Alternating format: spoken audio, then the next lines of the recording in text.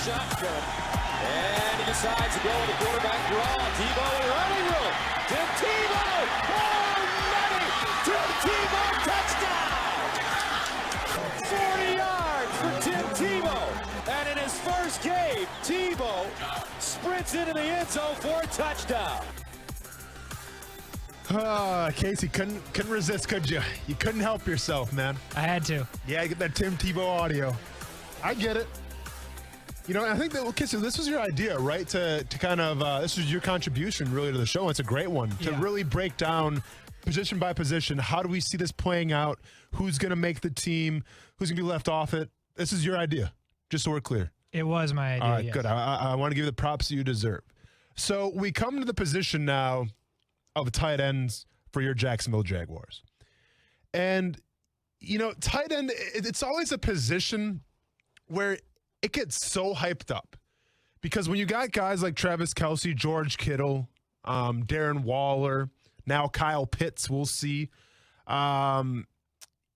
You know, I think those are kind of like the elite guys that stick out to me right away. And I put Kyle Pitts up there. He's a rookie, but we'll see how he pans out. But obviously Kittle, Kelce, and Waller, they're very dynamic guys.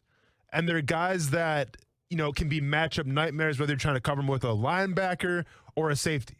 They're mismatches. And they allow you to do a lot of things. With that being said, though, and now keep in mind, injuries do take part in this as well. But yeah, yes, Travis Kelce was the best tight end last year, and spoiler alert, the Kansas City Chiefs had a lot of success. George Kittle had an injury, ridden season a little bit, but obviously the 49ers, they struggled a little bit. And the same thing with the Raiders, who I feel like maybe underachieved when all things were considered. Not to say Darren Waller didn't have a great year, but he wasn't the guy to put the Las Vegas Raiders over the top and say, hey, we're going to the playoffs, right? We'll see what Kyle Pitts can do now in Atlanta. And, there's Hunter Henry now in New England, along with Jonnu Smith, so we'll see what they can do as well for their respective teams. But it goes to show you, like, yeah, I may want Zach Ertz here more than anybody in Jacksonville, because I still think he has something left in the tank. And once again, I think in terms of being a dynamic offense and being a mismatch for defenses out there, I think Zach Ertz can do that. Now, I'm not sure what the price of Zach Ertz would cost. I was a guy that wanted Hunter Henry here. But to me, it just makes your offense more dynamic. But then it comes the legendary question of, well, do you really need it, though? When you have guys like DJ Chark, Laviska Shenault, you just brought in Travis Etienne, you still have James Robinson, a pretty solid offensive line. How essential is the tight end position, especially with Urban Meyer, who in college, he used it, but obviously he's more concerned, I feel like, with speed and that vertical threat. And very few tight ends can deliver that. So I think in the grand scheme of things, and I'm guilty of this more than anybody, we can't get too wrapped up in, well, we don't have the bona fide tight end, so this offense is going to falter. Because a lot of teams don't have that tight end, and they're okay. Or a lot of teams have a great quarterback that can elevate the guys around him. Look no farther than Green Bay and a guy by the name of Robert Tonyan. I'll be honest with you. I had and this is coming from a guy who grew up in Wisconsin, I had no idea who Robert Tonyan was when the season started. He had 3 touchdowns one game. I'm like, I'm sorry, who is this guy again? And where did he come from? Aaron Rodgers is pretty good. And not to take anything away from Robert Tonyan, but you get the sense that his play was elevated because of Aaron Rodgers. Now, I'm not ready to call Trevor Lawrence Aaron Rodgers quite yet, but it would sound good in a sentence one day. We'll see. But the point being is, can Trevor Lawrence elevate, or maybe even more than one, elevate these tight ends for better play to be more dynamic in this offense? And when we talk about the tight end position, it's not complicated. It's how it looks on paper right now. You essentially got 4 guys. You got Chris Manhertz, who you went after in free agency, coming over from Carolina. Now, if you look at the stats, let's be honest, not the sexiest looking stats. Maybe in terms of run blocking capability, okay, attractive. But besides that, not that attractive in terms of receptions. Okay, you got Chris Manhertz. You got James O'Shaughnessy coming in, who is probably the craftiest of the receivers, and I say craftiest, by the way, the craftiest of the receivers out of this group. Has the most experience in catching the ball, and on paper is probably going to be the guy they use the most in terms of the receiving game. Third, you got Luke Farrell, who, is new to the team, rookie out of Ohio State, has that Urban Meyer tie, if you will. Once again, regard a little more, I think, as a run blocker than he is as, a bona fide receiver. And then you have Tim Tebow. Those are really the four. Now, I get you bring in depth guys and stuff as well, but these are the guys that have a shot of making the team. Obviously, with Manhertz, I think regardless of what it looks like in training camp, and we've seen him, in OTAs, and I'll be honest with you, first of all, in terms of size and stature, he fits the part. All right? It's a big dude. 6'6", 255, it says here on the list. Might be a little bigger than that, okay? Little jealous of the physique because I'm essentially that same size, but he's got me beating muscles. So, little jealous of that. But hey, I fight for 5-minute rounds. He plays for 7 seconds a burst and blows guys off the line in the run game, so I'm not going to talk too much smack about it. But when you look at Manhertz, you look at a guy who, and once again, the contract. I'm looking at the contract right now. The contract doesn't knock your socks off. All right, it's a pretty basic deal. You got $6.6 million, 4.25 guaranteed. Okay, I mean, yeah, it's money, it's millions, but let's be honest. And in the grand scheme of things, it's okay. But I still think this is a guy who they're going to try to milk the most talent that they can out of this dude. Keep in mind, this is a former basketball player as well. Started out undrafted, went to Kansas High School, and I'll be honest, all right, and I do my due diligence, have no idea if I haven't said that word right, but it's Kansas High School in Buffalo, New York. Never heard of it. In terms of college, I'm looking up right now. I'm sorry, no, he went to Kansas College, which, once again, I don't know where that is. So we went to Cardinal Spellman High School and Kansas College. Regardless, he's here now, okay? And he's here now with experience. He's here now with the ability to run block. It just begs the question of how is he going to be in the receiving game? Keep in mind last year, yes, the numbers aren't going to knock your socks off, like I said. But what did he have to work with last year in terms of the quarterback? All right, Teddy Bridgewater. Okay. What do you have to work for? Offensive coordinator first year. Okay. There's a lot of things that just weren't in Manhertz's favor in terms of, okay, he was going to be set up for success. Especially when you have a guy like Christian McCaffrey who just takes and takes and takes the receptions away from the tight end position because, well, McCaffrey can run those short routes and you didn't have Greg Olsen. So when I see last year for Chris Manhertz have his best numbers that he ever put up, and really it's only 6 receptions for 52 yards and 0 touchdowns. And 0 touchdowns. Yeah, I mean, I get it. You're brought here because of your physicality. You're brought here because of your size. I wonder if Urban Meyer sees something where it's like, hey, let's turn this around and let's get this guy the ball a little more in terms of targets. You could do that, but keep in mind, if you have Travis Etienne, a la, the Jaguars, maybe Christian McCaffrey in terms of versatility, I'm not sure how much Chris Manhertz is going to get the ball. But I will say this. I think we did this exercise a couple months ago. In terms of over-under of last year's production, give me the over all day. Give me the over by a lot because I feel like Manhertz will be the featured tight end. Now, once again, I say featured tight end as in he'll be featured the most in terms of, every single down.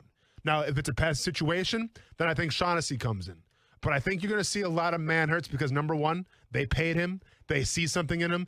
And usually when you sign a guy that early in free agency, it's for a reason.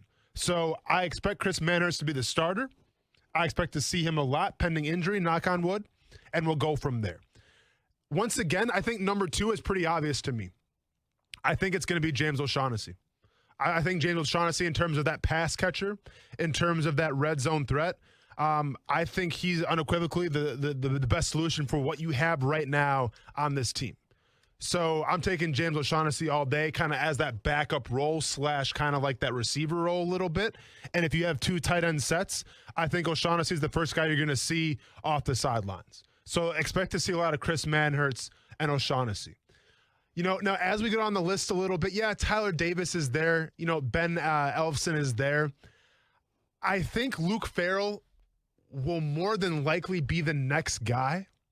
All right. Now keep in mind, he's got to earn those reps, right? He's got to earn his spot on this team. But when you draft a guy where you draft him, and Luke Farrell talking about, I think he was a 4th or 5th round pick, if I'm not mistaken. I want to say 4th round pick, Casey. Can you look that up quick? Because I get it confused because Luke Farrell pops up and it's the baseball player. So then I get all confused with that. But I want to say Luke Farrell was taken in the 4th round. So close. 5th round. 5th round. Dang! Missed it by that much. All right. So when you got a 5th round pick, and hey, speaking from a former 5th round pick himself, you know, these are guys that, yeah, they may not get playing reps right away, but you stick to them, especially on a team that won 1 game last year. So regardless if it takes time for Luke Farrell to adjust to the NFL tight end position, whether he comes out the gate swinging or, you know, he's got to sit down a little bit and learn the position, he's not going anywhere. And you're not going to practice squad him like he's on the team. All right. Usually that's how it goes with a 5th round pick. All right. I get Brent Martin will say they are the crapshoot of picks, like he said about me one time. And that's how it rolls sometimes. But when you invest in a 5th round pick, once again, from a team that won 1 game last year, you are committed to that guy. So I got Luke Farrell being on the team as well. I'm not sure in what capacity we will see him. I'm not sure if it's more of just a run blocking type. Maybe he comes in right away and he figures the receiving game out, but his college numbers would indicate it would probably take him a little bit of a learning curve. But I definitely have Chris Manhertz making the team. I think it could be an uphill battle depending how many tight ends you keep. Now, usually you want to keep 3 tight ends. Sometimes you keep 4, depending if it's going to be like the fullback, the H-back, depending what you want to do with that. As it looks right now, I don't believe the Jaguars have a fullback on their team. So that means that if you want to have an H-back, and if you feel like, okay, you know, maybe, you know, and I'm saying this, like, I don't see Shaughnessy playing that.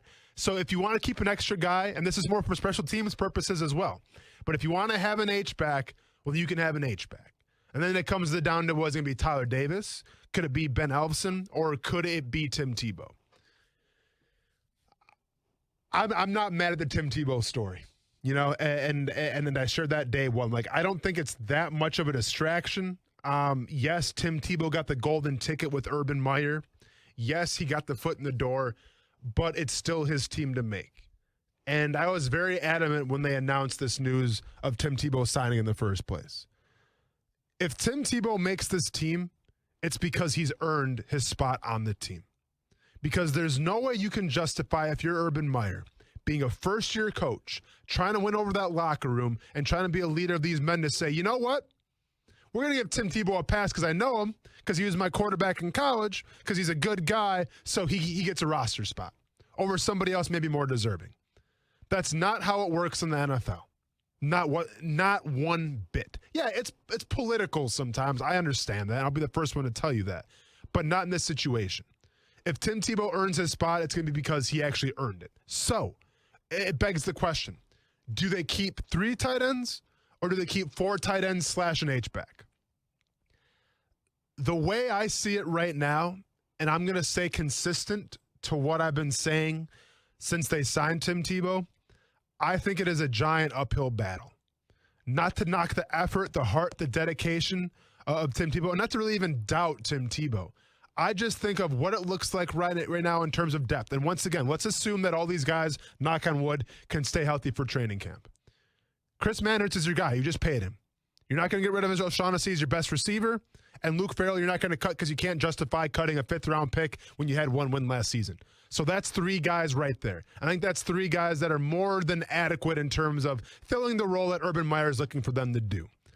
I think with Tim Tebow, it comes down to, well, can he block? How is he in space? How is he as an H-back? Because as a tight end, I don't see him beating out James O'Shaughnessy in the receiving game. And I don't see him beating out Chris Manhertz in the run blocking game. So then where do you put Tim Tebow? It has to be that H-back. Well, how often do you use the H-back? How often do you have a guy, you know, at the fullback kind of position saying, hey, you know what, let's put you in motion, something like that? Not too much. And then this comes my other point, and that's the X factor.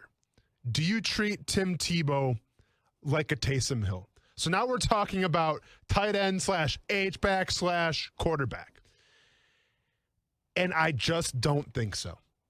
I don't see it. And you know what? Play back this audio if I'm wrong, and then maybe I will be wrong. Because if anyone's going to prove me wrong, trust me, it's going to be Tim Tebow.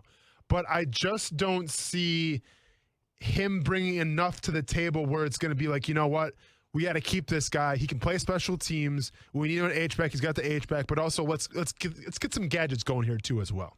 I just don't see that happening. Now, we're going to find out quick, I think, because you can't have a gadget guy and not work on it in training camp. So I want you guys to keep an eye on, social media, all this stuff.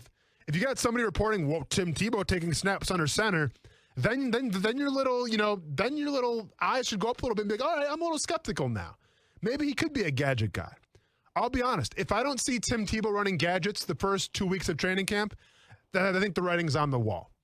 If he is running gadgets, well, then we got storylines on our hands, folks. Then we got Brett Martineau in front of ESPN, the mothership, talking about Tim Tebow every single day, because that's the type of attention it's going to bring. I just don't see it happening.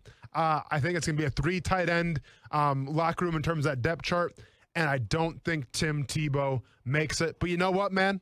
I'm rooting for him. Crazier things have happened. Injuries, once again, knock on wood, but a lot of things can happen. And if he proves me wrong, if one person's going to prove me wrong, it better be Tim Tebow. Enough said, man. Casey, how you feeling about it? How do you feel about my breakdown at the tight end spot? Liked it. Yeah. Our man Manhurts better be good for $6 million and 12 catches in his career.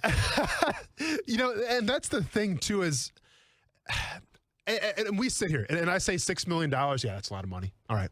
That's a couple backyard fireplaces. Okay, we're feeling good about ourselves. But once again, like in the grand scheme of things, in terms of how like the salary cap works and contracts, I mean, it is, but it's not. I just feel like he is going to be a bigger part of this offense than we're giving him credit for, because it's almost the reverse effect. During the last segment I talked about, and this is NBA topics, but like I talked about, okay, Ben Simmons. We've seen the best of Ben Simmons, and we saw last year when it wasn't good, right? So you go off of what you saw and hope you can replicate that and bring it back again. I don't think we've even seen close to how good Chris Manhurts can be, because the opportunities that he's been in, they weren't the ideal scenarios. So, and once again, this is just me going off what I saw from OTAs, what I see about Chris Manhurts running routes on the field. I just feel like there's a plan in place for him, and we're not talking about it enough.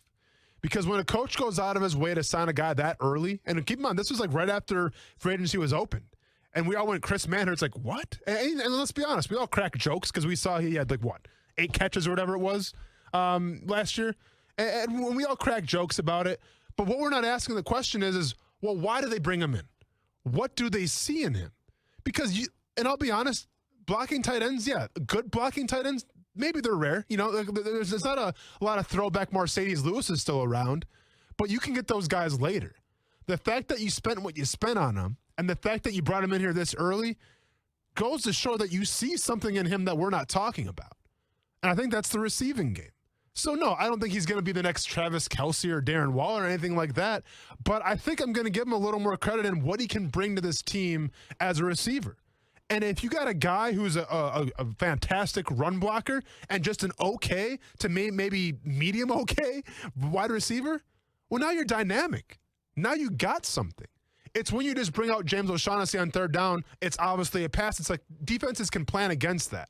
And this is what makes a dual threat tight end, or even a tight end that's adequate in run blocking, but a fantastic receiver.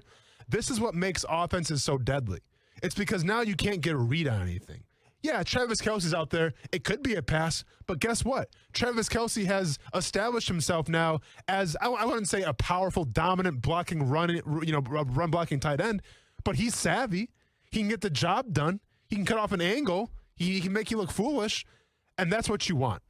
That's what you want in terms of diversity and what you bring to the table. So it'll be a fun battle to watch. Obviously, all eyes will be on Tim Tebow, as they should, because that guy commands that much attention. But I want you guys to watch Chris Manhurts. And I want you guys to watch Chris Manhurts in terms of being a receiver and what he can bring to the table. Because if you even get an upgrade just a little bit of what he's been able to accomplish, I think it opens up new possibilities to this offense.